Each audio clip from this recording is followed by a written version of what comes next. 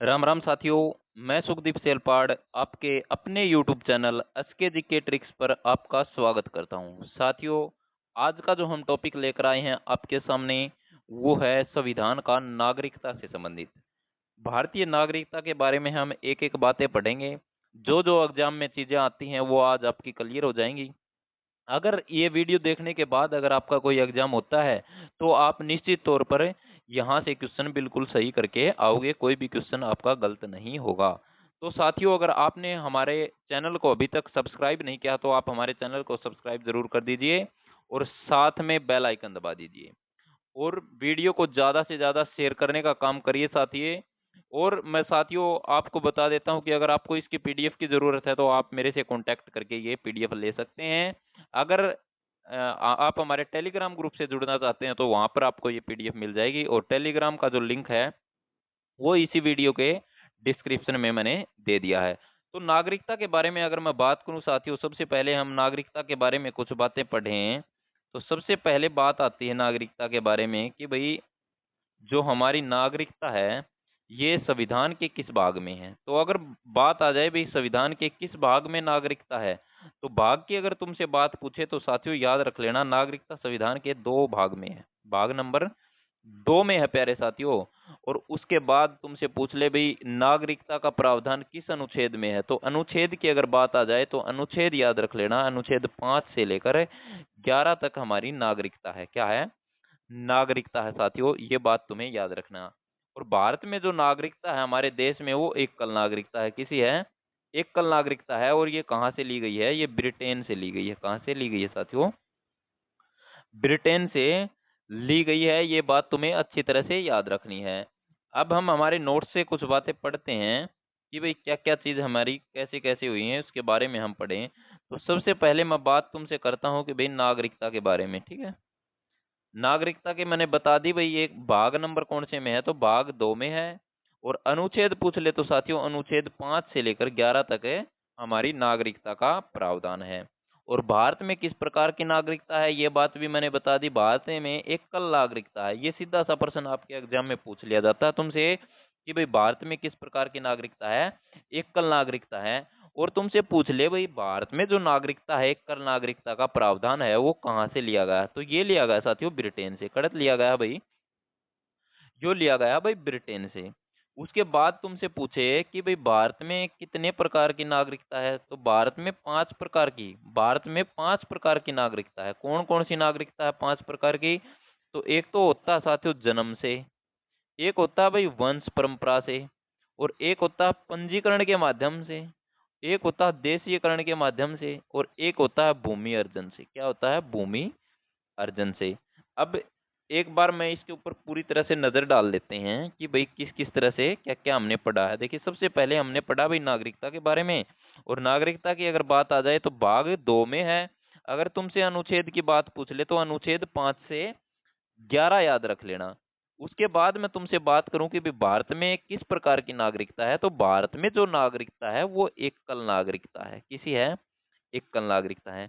उसके बाद तुमसे पूछ ले भाई भारत में एकल नागरिकता है ये प्रावधान कहाँ से लिया गया है, तो ये ब्रिटेन से लिया गया है। कहाँ से लिया गया है? ब्रिटेन से। उसके बाद तुमसे पूछ ले भाई भारत में 5 प्रकार की नागरिकता है। तो 5 प्रकार की नागरिकता की बात आए भाई कौन सी है, तो एक तो होता है साथियों जन्म से, एक है साथियों वंश परंपरा से, एक है साथियों पंजीकरण से, एक है देशीयकरण से, और एक क्या है साथियों, एक है भूमि अर्जन से।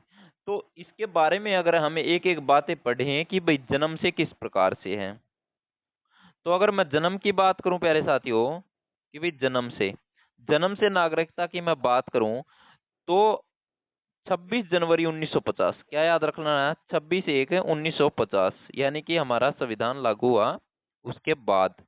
अगर 26 जनवरी 1950 के बाद जो भी बच्चा या अपने भारत में जन्मा लेगा वो क्या होगा? भारत का नागरिक होगा साथियों। ये बात तुम्हें याद रखना है। वो कहाँ का नागरिक होगा? भारत का नागरिक होगा। ये बात तुम्हें याद रख लेना। उसके बाद आता है साथियों वंश परंपरा। वंश परंपरा के बारे में अगर मैं बात करूं कि भाई वंश परंपरा से किस प्रकार है, तो वंश परंपरा से है साथियों। अगर देखिए 26 जनवरी 1950 यानी कि 26/1/1950 याद रख लेना। 26 जनवरी 1950 के बाद क्या होता है साथियों, भारत में जन्म लेने वाला व्यक्ति क्या होगा, भारत का नागरिक माना जाएगा।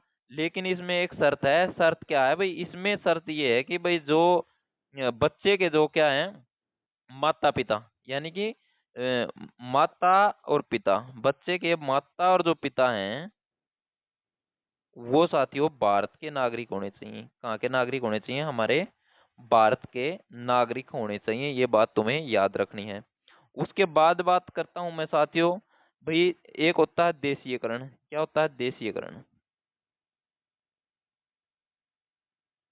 देशीयकरण की जो नागरिकता है उसके बारे में अगर मैं बात करूं तुमसे, तो ये क्या होता है साथियों, यहाँ पर क्या होता है, भारत सरकार क्या होता है इसमें प्रमाण पत्र प्राप्त करता है।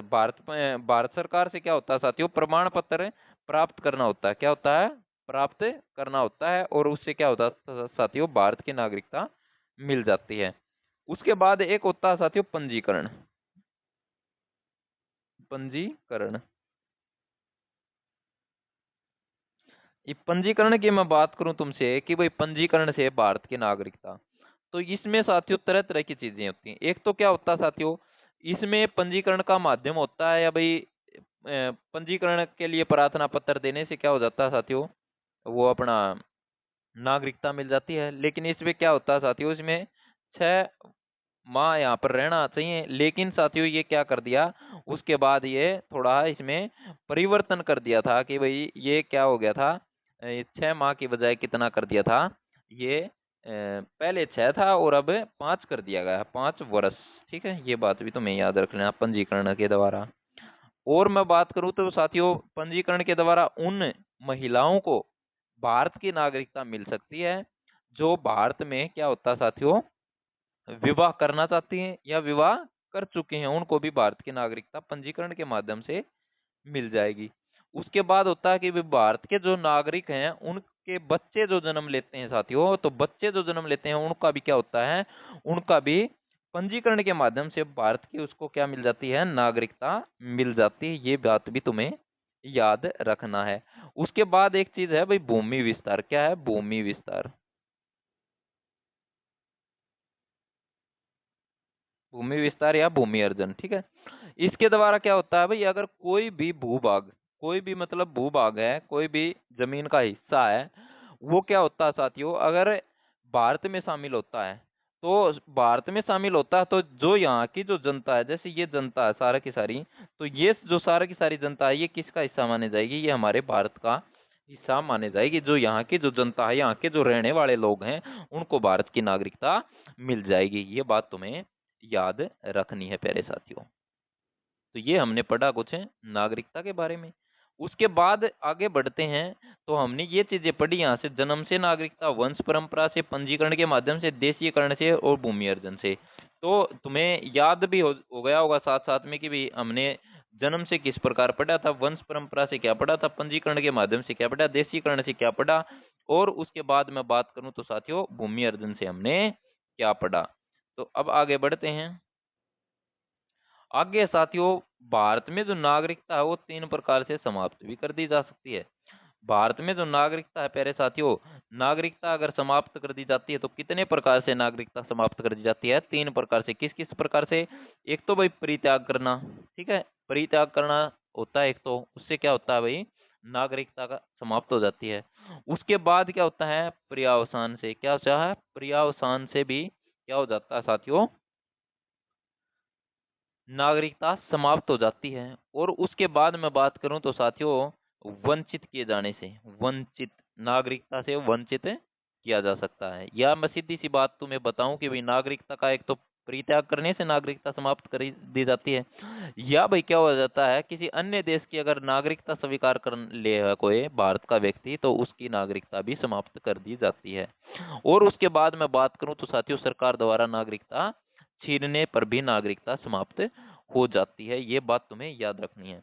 उसके बाद मैं अनुच्छेद 5 की बात करूं तो अनुच्छेद 5 में साथियों संविधान के प्रारंभ में नागरिकता के बारे में प्रावधान है। ठीक है, संविधान के प्रारंभ से नागरिकता के बारे में प्रावधान है। ये बात कौन का है, अनुच्छेद नंबर 5 का है।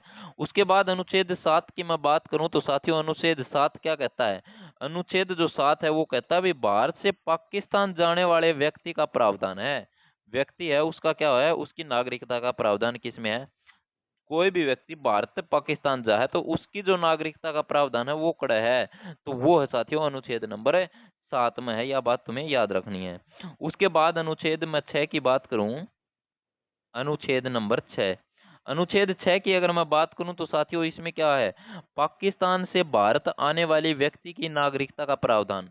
अगर तुमसे पूछ ले कोई व्यक्ति पाकिस्तान से भारत आया है तो उसकी नागरिकता का प्रावधान किस अनुच्छेद में लिया गया है, तो उस अनुच्छेद का नाम होगा अनुच्छेद नंबर 6। ये बात तुम्हें याद रखना है।